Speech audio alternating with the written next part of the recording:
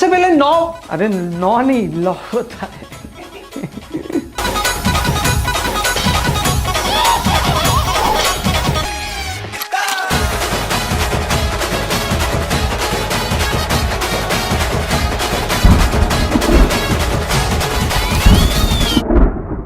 तो first of all हम लोग यहां पर बात करेंगे भाई कि इंडिया में लॉ का फॉर्मेशन कैसे होता है। देखिए साहब, सबसे पहले लॉ बनाने के लिए हमको उसके रिक्वायरमेंट को आइडेंटिफाई करना पड़ेगा कि भाई हमारे देश में, हमारी सोसाइटी में, हमारे समाज में, हमारे न्याय प्रणाली में ऐसी क्या मिसमैनेजमेंट हो गया है, ऐसी क्या जरूरतें पड़ गई है कि हम लोगों को नए लॉ को बनाने की जरूरत पड़ रही है। जब ये सारी चीजें आइडेंटिफाई हो जाती है तो उसके बाद में गवर्नमेंट जो है, पार्लियामेंट जो है, वो क्या करती है, एक एक्सपर्ट की कमिटी बिठाती है। पूरा की पूरा प्रोसीजर समझना, हम लोग बहुत बेसिक लेवल से यहां पर आज इस पर्टिकुलर फर्स्ट प्लेज में डिस्कशंस करने वाले हैं। तो सबसे पहले रिक्वायरमेंट को आइडेंटिफाई किया जाता है, फिर उसके बाद में एक एक्सपर्ट की कमिटी बिठाई जाती है। अब वो एक्सपर्ट की कमिटी क्या करती है, वो एक्सपर्ट की कमिटी जो जो आपकी रिक्वायरमेंट होती है उस रिक्वायरमेंट को आइडेंटिफाई करके क्या क्या उसके रेमेडियल एक्शन हो सकते हैं, क्या क्या उसके रेमेडियल प्लान हो सकते हैं, उन एक्शन एंड प्लान के अकॉर्डिंग क्या करती है, वो अपना ड्राफ्ट बनाती है। प्लीज समझना, तो एक्सपर्ट की कमिटी जो सबसे पहला अपना रेकमेंडेशंस देगी, जो रेमेडियल एक्शन देती है, जो प्रॉब्लम का सॉल्यूशन देती है, वो प्रॉब्लम का सॉल्यूशन किस चीज में देगी भाई, वो ड्राफ्ट में देगी। जैसे ही वो ड्राफ्ट बनता है, वो ड्राफ्ट ना हमारे both the houses of parliament में रखा जाता है। क्या होते हैं ये both the houses of parliament, कौन लोकसभा होता है, कौन राज्यसभा होता है, कहां कितने कैसे मेंबर होते हैं, अभी हम लोग सारी की सारी चीजें डिस्कस करने वाले हैं।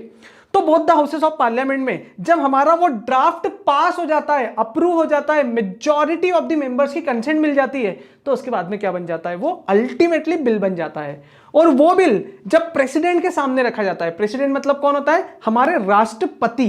ओके, तो राष्ट्रपति के सामने बोले सर यदि कोई फीमेल प्रेसिडेंट रही तो क्या उसको राष्ट्रपत्नी बोलेंगे क्या? अरे नालायक, अभी काम की बात करना है हम लोगों को। हमने प्लेज ली है कि इन 20 डेज में फुल फ्लेजेड सिलेबस जो है वो हम लोगों को यहां पर रिवाइज करना रहेगा। तो जो भी बिल बना है उस बिल को हम लोग क्या करेंगे, एसेंट लेने के लिए, कंसेंट लेने के लिए, प्रेसिडेंट की अप्रूवल लेने के लिए, जैसे ही वो पार्लियामेंट के बोथ द हाउसेस से पास हुआ है उनके सामने रखेंगे, वो उस बिल को रीड करेंगे, उस बिल को पढ़ेंगे, एंड वो पढ़ने के बाद उनको लगता है भाई, पढ़ने के बाद उनको लगता है भाई कि हां, अरे तो उन राष्ट्रपति साहब को पढ़ने के बाद ये लगता है कि हाँ साहब ये जो बिल है, इस बिल में वो सारी की सारी प्रॉब्लम का सलूशन दिया हुआ है, तो वो जो राष्ट्रपति हो गए ना, वो उस पर अपनी क्या कर देंगे, सिग्नेचर कर देंगे। और जिस दिन उन्होंने अपने सिग्नेचर किए हैं उस दिन से अब वो बिल नहीं रहते हुए क्या बन जाता है, लॉ बन जाता है, एनेक्टमेंट बन जाता है, एक्ट बन जाता है। ओके, तो देखो ना हमारे इंडिया में नया लॉ बनाने का तरीका कितना सिंपल है, नए लॉ बनाने की रेसिपी कितनी सिंपल है। पहले प्रॉब्लम आइडेंटिफाई करो, एक्सपर्ट्स की कमेटी को बिठाओ, वो एक्सपर्ट की कमेटी पूरा की पूरा इन्वेस्टिगेशन करते हैं, पूरी की पूरी रिसर्च करते हैं, फिर आप लोगों को रेमेडी प्रोवाइड कराते हैं। वो रेमेडी यदि पार्लियामेंट को, गवर्नमेंट को अच्छी लगती है तो फिर वो both the houses of parliament में रखा जाता है। Both the houses of parliament क्या होते हैं, बोले लोकसभा और राज्यसभा होते हैं, जिसके बारे में अभी हम लोग डिटेल में डिस्कशंस करने वाले हैं। फिर यदि both the houses of parliament में वो जो ड्राफ्ट है, वो ड्राफ्ट यदि अप्रूव हो जाता है तो क्या बन जाता है, वो बिल। और उस बिल पे यदि प्रेसिडेंट की एसेंट मिल जाती है, कंसेंट मिल जाती है, अप्रूवल मिल जाती है, हस्ताक्षर हो जाते हैं, तो वो बिल क्या बन जाता है, अपन लोगों के लिए एक्ट बन जाता है, इनैक्टमेंट बन जाता है, लॉ बन जाता है। फिर उसके बाद से उसकी एक डेट ऑफ एप्लीकेबिलिटी होती है, और वो डेट ऑफ एप्लीकेबिलिटी से वो जो एक्ट है वो हमारे इंडिया में एप्लीकेबल हो जाता है। तो इतना सिंपल सा तरीका है हमारे इंडिया में ये लॉ को बनाने का। अब मैंने ना यहां पर कुछ एक दो टर्मिनोलॉजीज यूज करी है, लाइक लोकसभा वर्ड यूज किया, लाइक राज्यसभा वर्ड यूज किया। तो ये लोकसभा राज्यसभा होते क्या है, तो इनके अंदर कौन बैठते हैं, कैसे काम करते हैं, कितने मेंबर होते हैं, इन तमाम बातों की जानकारियों के लिए अभी हम लोग आगे आगे इसके बारे में ग्रेजुअली डिस्कशंस करते हुए चलेंगे। अब सुनिएगा, आप लोगों ने बचपन में एक बात सुनी होगी कि भाई हमारे इंडिया में ना एक कॉन्स्टिट्यूशन है, मतलब एक कॉन्स्टिट्यूशन ऑफ इंडिया है, दैट इज हमारे भारत का संविधान है, हमारे इंडिया का कॉन्स्टिट्यूशन है। और उस कॉन्स्टिट्यूशन में बहुत सारी बातें लिखी हुई है। सर क्या क्या बातें लिखी हुई है, लाइक हमारे फंडामेंटल राइट्स क्या है, हमारी फंडामेंटल ड्यूटीज क्या है, हमारे मॉरल राइट्स, मॉरल ड्यूटीज क्या है, देश में जो प्रेसिडेंट है, प्रेसिडेंट के क्या क्या वर्क है, कोर्ट्स के क्या क्या फंक्शंस है, और हमारे देश की जो सोवेरिटी, इंटीग्रिटी, एडमिनिस्ट्रेटिव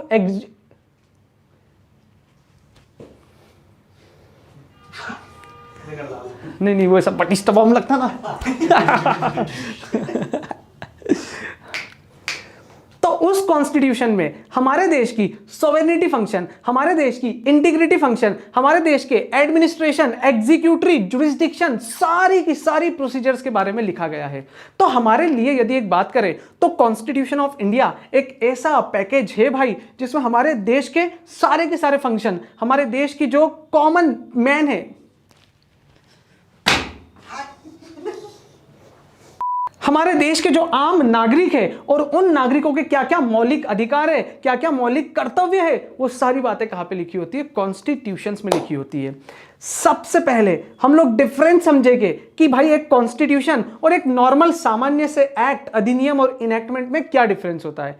तो चलिए शुरू करते हैं सबसे पहला डिस्कशन, जहां पर हम लोग बात करेंगे कॉन्स्टिट्यूशन ऑफ इंडिया के कुछ बेसिक प्रोविजंस की। तो जब भी हम लोग कॉन्स्टिट्यूशन ऑफ इंडिया की बात करते हैं तो सबसे पहले वी हैव टू अंडरस्टैंड कि भाई कॉन्स्टिट्यूशन में ना दो लोगों के बारे में बातें लिखी गई है। पहला हमारे देश की गवर्नमेंट के बारे में, और दूसरा हमारे देश के आम नागरिक, आम जनता और कॉमन मैन के बारे में जो है वो बातें लिखी गई है। तो अभी फॉर अ टाइम बीइंग जब हम लोग लॉ की पढ़ाई कर रहे हैं तो हम लोग ना वो एक fundamental rights and obligations and duties क्या होते हैं कॉमन मैन के, उस पर डिस्कशन नहीं कर रहे। अभी हम लोगों को डिस्कशन करना है भाई एग्जीक्यूटिव फंक्शन पे, अभी हम लोगों को डिस्कशन करना है भाई एडमिनिस्ट्रेटिव फंक्शन पे, और अभी हम लोगों को डिस्कशन करना है भाई जुडिशियरी फंक्शन पे। तो इन तीन चीजों के बारे में अभी हम लोगों को डिस्कशन करना रहेगा। इसीलिए अभी हम लोग जो बात करेंगे वो बात करेंगे गवर्नमेंट के एंगल से कि कॉन्स्टिट्यूशन ऑफ इंडिया में गवर्नमेंट के एंगल से क्या क्या बातें बोली गई है। तो सबसे पहले if you are able to see, फटाफट से देखिएगा, मैंने यहां पर लिख रखा है कि हमारे कॉन्स्टिट्यूशन में टोटल कितने आर्टिकल्स होते हैं? 395 आर्टिकल्स होते हैं। In a constitution there are 395 articles in totality, total 395 articles mention है। Along with 395 articles there are 12 schedules, 12 schedule भी मेंशन किए गए हैं। तो तुम लोगों से यदि कोई भी पूछे कि भाई आर्टिकल के बारे में क्या जानते हो, भले ही कुछ जानते हो या नहीं जानते हो, इतना तो चिपका ही देना कि भाई 395 आर्टिकल्स होते हैं अलॉन्ग विथ 12 जो है वो शेड्यूल्स होते हैं। तो सामने वाला बोलेगा कि अच्छा बहुत नॉलेज है इसको, इसने बिल्कुल टेक्निकलिटी के साथ में डिस्कशंस किया, कॉन्स्टिट्यूशन के बिल्कुल जो की पॉइंट है, जो की एलिमेंट्स है, उन की एलिमेंट्स के बारे में उसने डिस्कशंस किया है। तो फर्स्ट ऑफ ऑल फटाफट से एक बार रिवाइज करके तुम लोग मुझे बता दो कि कॉन्स्टिट्यूशन में कितने आर्टिकल होते हैं? देयर आर 395 आर्टिकल्स एंड कितने शेड्यूल्स होते हैं? 12 शेड्यूल्स होते हैं। अब देखो साहब यहां पर ये क्या बोलता है। सबसे पहले हमारे कॉन्स्टिट्यूशन में गवर्नमेंट की तीन बॉडी होती है, एक होती है लेजिस्लेटिव, देन होती है एग्जीक्यूटिव एंड देन होती है जुडिशियरी। ठीक है, there are 3 types of body. First होती है लेजिस्लेटिव, देन होती है एग्जीक्यूटिव एंड देन कौन सी होती है? जुडिशियरी बॉडी होती है। ओके, तो जो लेजिस्लेटिव फंक्शन है वो लेजिस्लेटिव फंक्शन क्या करता है? To make law. जो एग्जीक्यूटिव बॉडी है वो क्या करती है? लॉ को इंटरप्रिटेट करती है। और जो जुडिशियरी बॉडी है वो जुडिशियरी बॉडी मतलब ये कोर्ट कचहरी हो गई। ठीक है, ये लोग क्या करते हैं? लॉ को इंप्लीमेंट करने का काम करते हैं। हिंदी में बोला जाता है इनको विधायिका, एक को बोला जाता है कार्यपालिका और एक को बोला जाता है न्यायपालिका। ठीक है, तो बेसिकली तीन बॉडीज है हमारे गवर्नमेंट के अंडर में, 3 बॉडी आती है। पहला कौन सा होता है? लेजिस्लेटिव, जो क्या करती है? Makes law. फिर एक होता है कौन सा? एग्जीक्यूटिव, जो लॉ को क्या करती है? इंटरप्रेट करती है। एंड थर्ड जो है वो कौन सी होती है? जुडिशियरी, जो कि लॉ को क्या करती है? एनफोर्स करती है, पनिश करती है यदि लॉ ब्रेक किया तो। हिंदी में बोला जाता है इनको विधायिका, कार्यपालिका और न्यायपालिका। Okay, so first of all अब हम लोग जो डिस्कशंस करने वाले हैं वो डिस्कशंस कुछ इस तरीके से है कि बोले लिस्ट इन कॉन्स्टिट्यूशन, कॉन्स्टिट्यूशन में कितनी लिस्ट होती है। तो मेरे देश के जवानों और जवानियों, हमारे इस कॉन्स्टिट्यूशन ऑफ इंडिया में there are 3 types of list. कौन कौन सी लिस्ट बोली गई है? पहली लिस्ट जो होती है that is union list, second list जो होती है that is state list, and third list जो होती है वो कौन सी होती है? तुम लोगों की कॉन्करेंट लिस्ट। सर बोले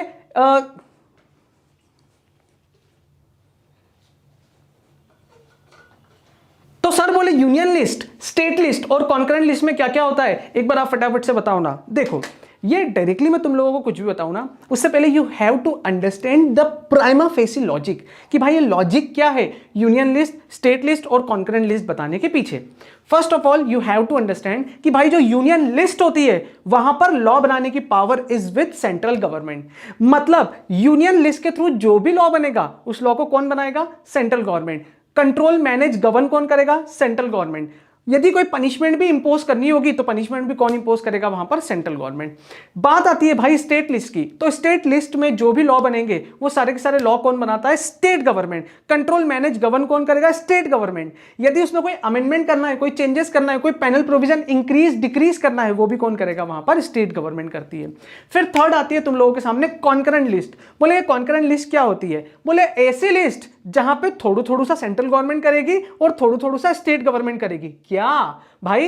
कंट्रोल मैनेज गवर्न करेगी, पैनल प्रोविजन ऑल्टर करेगी, अमेंड करेगी, सर्कुलेट करेगी।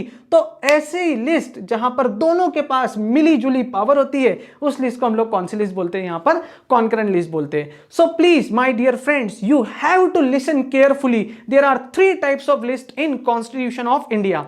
पहली लिस्ट होती है यूनियन लिस्ट, सेकेंड लिस्ट होती है तुम लोगों की state list and third list होती है कॉन्करेंट लिस्ट।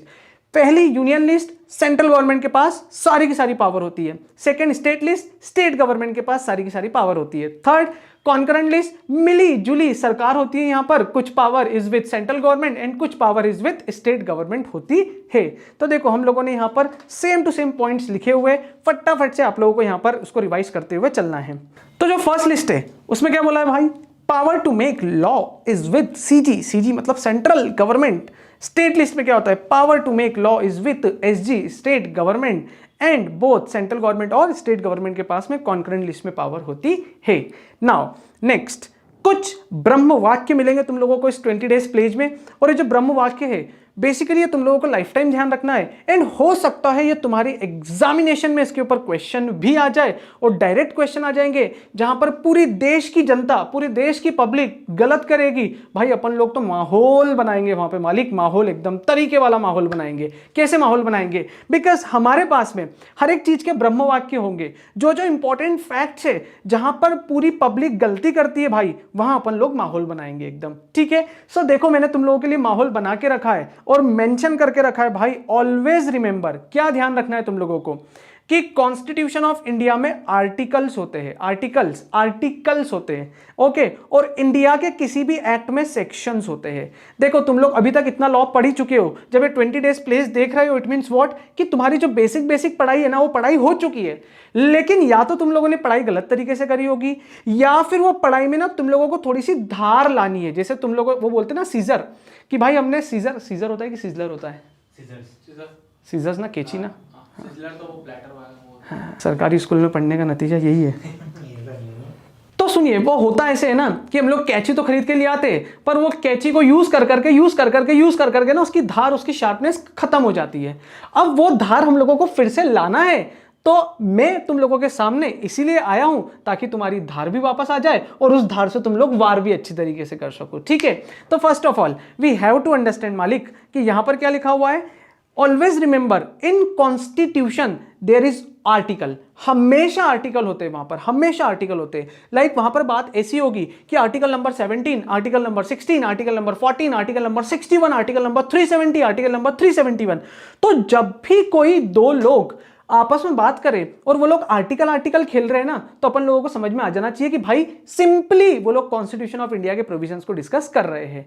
एंड यदि मान लीजिए वो सेक्शन खेल रहे हैं, वो बात कर रहे हैं भाई as per section number 42, as per section number 2D, as per section number 25, as per section number 10, तो भाई डायरेक्टली ना आग में कूद मत जाना। ये मत बोलना भाई हमको सब आता है, अदरवाइज ना वो तुम्हें बोलेंगे ओ भाई मारो मुझे। ऐसा नहीं करना है हम लोगों को। ठीक है, जब भी सेक्शन की बात होगी लिसन केयरफुली। आप लोगों को वो एक्ट आइडेंटिफाई करना पड़ेगा कि किस पर्टिकुलर एक्ट की बात हो रही है। तो हमारे इंडिया में जनरली जो भी एक्ट्स होते हैं उन एक्ट्स में क्या होते हैं? सेक्शंस। और जो कॉन्स्टिट्यूशन ऑफ इंडिया है उस कॉन्स्टिट्यूशन ऑफ इंडिया में क्या होंगे? आर्टिकल्स। तो जब भी आर्टिकल की बात हो blindly go with constitution of India, और जब भी सेक्शंस की बात हो रही हो तो पहले आपको केयरफुली सुनना पड़ेगा कि वो किस एक्ट के सेक्शंस की बात कर रहा है। Otherwise there is a problem, बहुत ज्यादा प्रॉब्लम क्रिएट हो सकती है अपन लोगों के लिए। यस, तो ये जो ब्रह्म वाक्य है, इस ब्रह्म वाक्य को तुमको बिल्कुल पूरी तरीके से गांठ बांध के अपने पास में रख लेना है। नाउ अब हम लोग चलेंगे नेक्स्ट कॉन्सेप्ट के ऊपर। और देखो, जब लॉ बनाने की बात आती है कि बोले यूनियन लिस्ट में लॉ सेंट्रल गवर्नमेंट बनाती है, स्टेट लिस्ट में लॉ स्टेट गवर्नमेंट बनाती है, तो वो डिवाइडेड कैसे होती है, तो उनके डिवाइडेशन को हम लोगों को यहां पर प्रॉपर्ली समझना पड़ेगा। यदि मैं बात करूं दोस्तों कि सेंट्रल लिस्ट की, तो सेंट्रल लिस्ट में 3 पार्ट है। पहला पार्लियामेंट, देन है president and councils of ministries, and third होता है कोर्ट्स। ठीक है, ये क्या करते हैं भाई, लॉ को बनाते हैं, ये क्या करते हैं, लॉ को इंटरप्रेट करते हैं, और ये जो ये क्या करते हैं, लॉ को अप्लाई करते हैं, और जिन्होंने अप्लाई नहीं किया उनको क्या करते हैं, फिर पेनलाइज करते हैं। सिमिलरली स्टेट लेवल पे भी, मतलब स्टेट लिस्ट में भी ये 3 अथॉरिटीज होती है। एक कौन होता है, लेजिस्लेटिव असेंबली। ठीक है, पार्लियामेंट को हम लोग यहां पर क्या बोल देते हैं, लेजिस्लेटिव असेंबली, मतलब राज्य की विधानसभा है। ठीक है, फिर उसके बाद में क्या होता है, प्रेसिडेंट की जगह पे यहां पे आ जाते हैं governor and councils of ministers, and यहां पर नेक्स्ट जो एंड लास्ट है वो कौन सा है, कोर्ट्स। तो ये बहुत इंपॉर्टेंट है, ये 3 पार्ट्स में हम लोगों ने इसको डिवाइड किया है। सबसे पहला होता है पार्लियामेंट, देन होता है president and councils of ministries, and then होता है आपके पास में courts. And similarly state law के केसेस में भी, स्टेट लिस्ट के केसेस में भी यहां पर तुम्हारे सामने सेम प्रोविजंस होते हैं। तो दोस्तों देखो, हमने सबसे स्टार्टिंग में पार्लियामेंट की बात करी थी कि भाई पार्लियामेंट में 2 हाउस होते हैं, 2 हाउस होते हैं, 2 हाउस होते हैं। अच्छा देखो, अभी ये तुम्हारे 20 डेज प्लेज का ना फर्स्ट लेक्चर है। तुम लोग ना मेरे से ये एक्सपेक्टेशन मत रखना कि अपन लोग एकदम बिल्कुल अंग्रेजों के जमाने की इंग्लिश यूज करेंगे, एकदम फर्राटेदार इंग्लिश में कम्युनिकेशन करेंगे। नहीं भाई, पढ़ाने का तरीका देसी, प्रोनाउंसिएशंस हो सकते हैं गलत भी हो, बट मेरे जो प्रोनाउंसिएशन रहेंगे वो प्रोनाउंसिएशन आपको सही मानना है, और उसी प्रोनाउंसिएशन को मानते हुए, समझते हुए, अंडरस्टैंड करते हुए आगे जो भी आपके कॉन्सेप्ट है उन कॉन्सेप्ट को डेवलप करना है। देखो यार, एट द एंड, भाई सुनना यार, क्यों नाटक कर रहा है, सुन सुन सुन मेरी बात को सुन ध्यान से। एट द एंड मैटर क्या करता है, नॉलेज, एंड नॉलेज के साथ में डिग्री। यदि भाई तुम लोग दिमाग लगाते रह गए कि अरे सर ने ये प्रोनाउंसिएशन गलत बोल दिया, सर ने स्पेलिंग गलत लिख दी, सर ने यहाँ पे ग्रामेटिकल एरर कर दी, सर ने ही की जगह पे शी यूज कर लिया, शी की जगह पे ही यूज कर लिया, हिस की जगह पे हर यूज कर लिया, विल की जगह पे वॉज यूज कर लिया, अरे तो क्या घंटा फर्क पड़ेगा क्या उससे? यदि तुम लोग ये सही गलत सही गलत सही गलत के चक्कर में पड़ गए ना, हो सकता है CSET का एग्जाम हो जाएगा, एग्जाम तुम लोग अपीयर करोगे और वहां पर भी ये गलतियां, मिस्टेक निकालने के चक्कर में पूरा पेपर निपटा दोगे। हाँ, मैं ये नहीं बोलता हूं कि हर बार गलती करो, बट इट्स ओके, यदि कहीं पर कोई मिस्टेक हो रही है, मेरे से भी तुमसे भी हो सकती है, पर मिस्टेक को ध्यान में नहीं रखते हुए हमारा जो मेन फोकस है वो मेन फोकस होना चाहिए कॉन्सेप्ट पे। देखो, कॉन्सेप्ट में कहीं पे भी कोई भी कमी नहीं रहेगी। तुम लोगों को एक बात बोलूं, ज्यादा बड़ी बात नहीं करता हूं मैं अपने बारे में, लेकिन शाहरुख खान के जैसी 10% एक्टिंग में कर सकता हूं, सचिन तेंदुलकर, विराट कोहली के जैसा 5-10% क्रिकेट में खेल सकता हूं। उसके बाद में तुम लोग बात कर लो, किसी की भी बात कर लो, आमिर खान की बात कर लो, या वॉट एवर बी द, है ना, उनके जैसी मैं और फर्दर क्या 5-10% एक्टिंग कर सकता हूं। लेकिन इनमें से ना शाहरुख खान की, ना विराट कोहली की, और ना आमिर खान की औकात है कि वो मेरे जैसा 1% भी पढ़ा के दिखा दे। ठीक है, तो मेन कंटेंट की बात करेंगे, मेन कॉन्सेप्ट्स की बात करेंगे, और खूब सारी मस्ती भी हम लोग इस 20 डेज के बीच में करते हुए रहेंगे। तो फर्स्ट ऑफ ऑल हम लोग बात करते हैं साहब कि पार्लियामेंट क्या होती है। पार्लियामेंट को बोला जाता है अल्टीमेटली संसद, है ना, बहुत सारे लोग इसको सांसद भी बोल देते हैं, पर what is the basic difference between संसद एंड सांसद? तो ये संसद क्या होती है, ये पार्लियामेंट क्या होती है, इसको भी हमको यहां पर बिल्कुल ग्रास रूट लेवल से समझना है भाई। हमारे पार्लियामेंट में 2 हाउस बताए गए हैं, मतलब when we are talking about parliament के 2 हाउसेस होते हैं जिसको बोला जाता है both the houses of parliament. First is upper house and another one is lower house. अब देखो, हमारे देश में सबसे ज्यादा फेमस क्या है, लोकसभा है। तो you know what, majority of the students, अरे स्टूडेंट्स की बात छोड़ो भाई, तुम्हारे पप्पा मम्मियों से भी पूछ लेना, ठीक है, कि majority of the persons in India, जब भी उनसे बात करो ना कि हमारे पार्लियामेंट में 2 हाउस होते हैं, वो बोलते हैं हाँ बिल्कुल होते हैं। फिर अपन लोग उनको बोलो कि एक होता है लोकसभा, दूसरा होता है राज्यसभा, वो बोलते हैं हाँ बिल्कुल होता है। फिर तुम उससे पूछोगे ये बताओ बड़ा वाला कौन सा है, तो वो जनरली 90% पीपल ऑफ इंडिया क्या आंसर करेगी, आपको पता है कि भाई जो अपर हाउस है वो लोकसभा होती है। नहीं भाई, जो अपर हाउस होता है ना वो राज्यसभा है, और लोअर हाउस कौन सा होता है, लोकसभा होता है। देखो, याद रखने में तुम लोगों को बिल्कुल भी डिफिकल्टीज नहीं आएगी। मैं तुम लोगों को एक ऐसी मेमोरी टेक्निक बताऊंगा, एक ऐसी लॉकिंग टेक्निक बताऊंगा जो तुम इस जन्म में तो क्या, जिंदगी के साथ भी, जिंदगी के बाद भी हमेशा याद रखोगे। जब भी तुम लोगों को कंफ्यूजन आए ना कि भाई कौन सा लोअर हाउस है, कौन सा अपर हाउस है, बिल्कुल टेंशन नहीं लेना।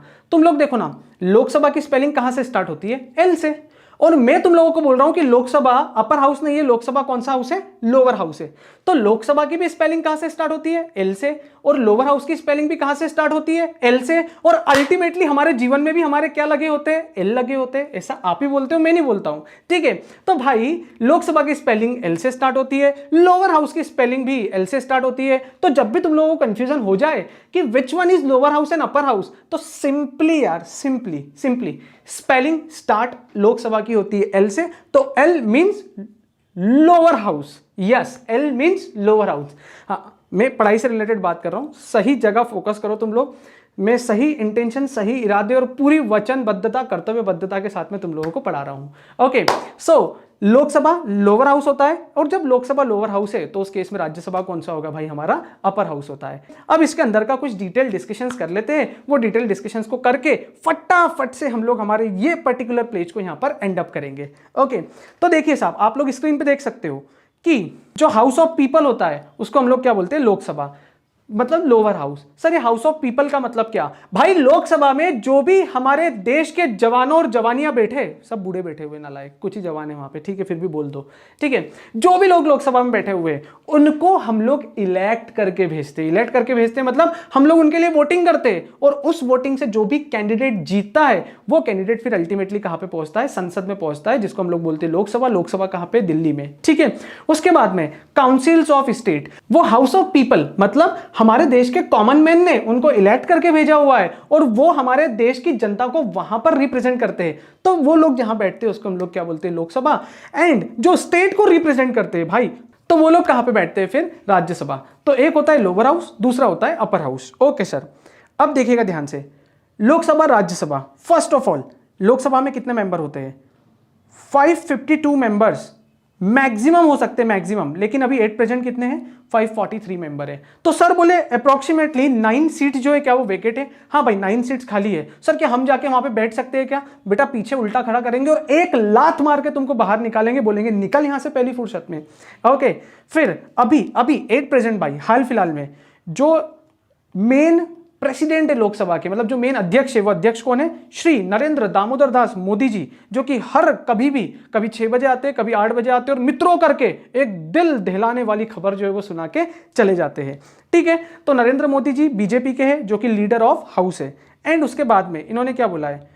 Vacant due to 10% rule leadership of opposition. मतलब ये तो हुआ भाई कि उस लोकसभा का लीडर कौन है? तो लोकसभा के लीडर हुए मोदी जी, लेकिन अपोजिशन का लीडर कौन है? अपोजिशन का लीडर कोई भी नहीं है। क्यों नहीं है? बिकॉज कोई भी ऐसी सिंगल पार्टी नहीं है भाई अभी एट प्रेजेंट हमारे पार्लियामेंट में जिसके पास में मिनिमम 10% सीट्स हो। मतलब टोटल कितना है? ये 543 का यदि मैं 10% करूं तो 54.3 सीट्स जितने वाली हमारे इंडिया में अभी कोई भी अपोजिशन वाली दूसरी पार्टी नहीं है। इसीलिए जो लीडर ऑफ अपोजिशन है वो वाली पोस्ट जो है वो अभी क्या है? खाली है, वेकेट है। नेक्स्ट, यदि मैं अपर हाउस की बात करूं भाई, राज्यसभा की, तो यहां पर टोटल मेंबर्स मैक्सिमम कितने हो सकते हैं? 250, लेकिन नाउ एट प्रेजेंट कितने? अभी 245 है। इसमें से 233 जो होते हैं वो इलेक्टेड होते हैं, और 12 जो होते हैं वो नॉमिनेटेड होते हैं। सर नॉमिनेटेड कैसे होते हैं? तुम लोगों ने सुना होगा कि भाई सचिन तेंदुलकर राज्यसभा का मेंबर है, रेखा राज्यसभा की मेंबर है, विजय माल्या, याद है ना विजय माल्या? हाँ याद है सर, उसको कौन भूल सकता है, ठीक है, वो भी राज्यसभा का मेंबर था। समटाइम्स कुछ साल पहले अनिल अंबानी जी भी राज्यसभा के मेंबर थे। तो बोले क्या इनको स्टेट ने रिप्रेजेंट किया होगा? ना जी ना। ये हमारे देश की अलग अलग फील्ड को बिलोंग करते हैं। कोई स्पोर्ट्स से बिलोंग करता है, कोई साइंस से बिलोंग करता है, कोई आर्ट से बिलोंग करता है, कोई कल्चरल से बिलोंग करता है, ठीक है, कोई इंडस्ट्री से बिलोंग करता है। तो ऐसे 12 मेंबर्स को नॉमिनेट किया जाता है, और नॉमिनेशन कौन करता है भाई? By president. ओके, तो इलेक्टेड कितने होते हैं? 233, और नॉमिनेटेड कितने होते हैं? 12 होते हैं। नाउ एट प्रेजेंट भाई जो लीडर ऑफ हाउस है, जो उस राज्यसभा का अध्यक्ष है, वो कौन है भाई? थावर चंद जी गहलोत, हमारे एमपी से बिलोंग करते हैं। बेसिकली ये थानला, झाबुआ, रतलाम के बीच में कहीं के तो भी रहने वाले हैं, वहां से बिलोंग करते हैं ये। और थावर चंद गहलोत जी जो है वो है लीडर ऑफ हाउस। एंड उसके बाद में जो लीडर ऑफ अपोजिशन है, मतलब लीडर ऑफ अपोजिशन मतलब सामने वाली पार्टी के जो मेन नेता है, वो नेता कौन है? गुलाम नबी आजाद। तो इस तरीके से दोस्तों मैंने अभी तुम लोगों को इस प्लेज में क्या बताया, सबसे पहले लॉ का इनिशिएशन बताया, लॉ कैसे इनिशिएट होता है, उसके बाद में जो लोकसभा राज्यसभा में जिसमें बहुत सारे स्टूडेंट्स को कंफ्यूजन होता है, वो सारे कंफ्यूजन को मैंने यहां पर दूर करने की कोशिश की है। फाइनली जाते जाते एक बार फटाफट से देख लो कि फाइनल कंक्लूजन क्या था। तो देखो दोस्तों, law making procedure step number 1, सबसे पहले पब्लिक डिमांड, रिक्वायरमेंट और नीड्स को आइडेंटिफाई करना है। सेकंड स्टेप में क्या बोला है, government appoint experts committee, expert की कमिटी अपॉइंट करते हैं। थर्ड, एक्सपर्ट कमिटी मेक क्या, ड्राफ्ट बनाती है। फोर्थ में क्या होगा, draft presented in both the houses of parliament, that is L से एल लगे लोकसभा लोअर हाउस और आर से क्या था राज्यसभा अपर हाउस। एंड स्टेप नंबर 5 में after approval it becomes bill, और बिल के बाद में स्टेप नंबर 6 में इन्होंने बोला है bill send to president for approval. And step number 7 में after the approval of president it becomes act, अब से यह कानून बन जाएगा। तो देखो ना यार, क्यों तुम दुनिया में किसी को कुछ भी बनाते रहते हो भाई, लॉ बनाना कानून बनाना कितना आसान काम है, तो प्लीज कानून बनाने की कोशिश करो। ठीक है, तो ये पेज में हम लोग यही इतना डिस्कस करते हैं, बाकी का जो डिस्कशन रहेगा वो आगे करते हैं। तब तक के लिए टेक केयर गाइस।